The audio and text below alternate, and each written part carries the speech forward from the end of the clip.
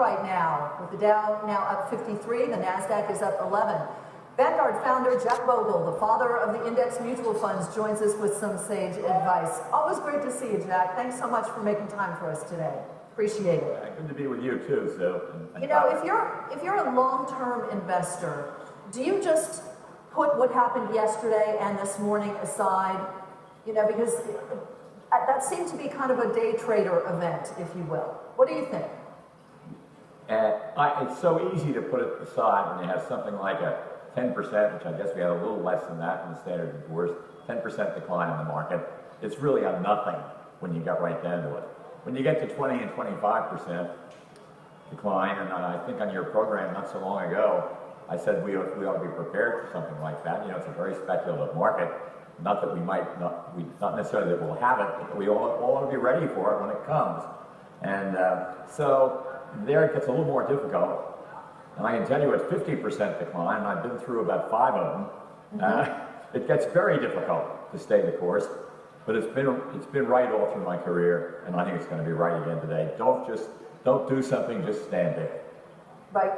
How does the market feel to you right now, Jack? Because in some sectors, the valuations were a little bit rich, so you could argue that yesterday might have been a very healthy thing for this market to go through.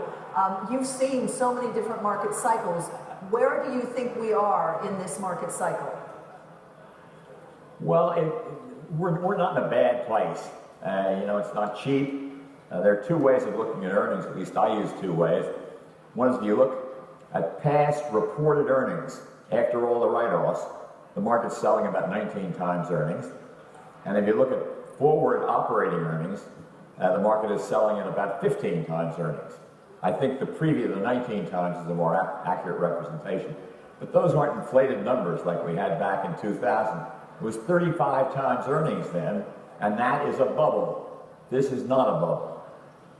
So, Jack, you once taught me that basically your return on stocks is made up of 3 constituents. The earnings growth, the dividend you are paid, and then the speculative premium, basically the PE, the speculation that people are willing to pay for each dollar worth of earnings. As you look forward over the next 10 years, unpack what you think the forecast will be for average annual returns on stocks. What do you think they'll be? What will come from earnings growth? What from dividends? What from speculative premium?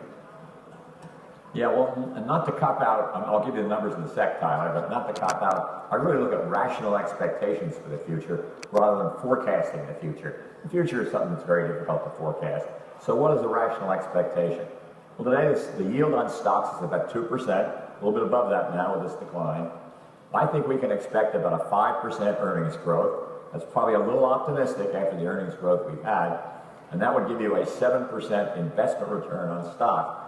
I think it's possible, I think it's highly unlikely that the multiplier, the price earnings multiple, will go up from these levels. I think it's more likely it might ease downward. So if we took a percentage point off that, you'd be looking at a 6% return on stocks over the next decade. And I think that's rational. And when you look at bonds, which is your basically essential, the other place you would put your money, in my opinion, the 2 big places are stocks and bonds. And don't fool with commodities.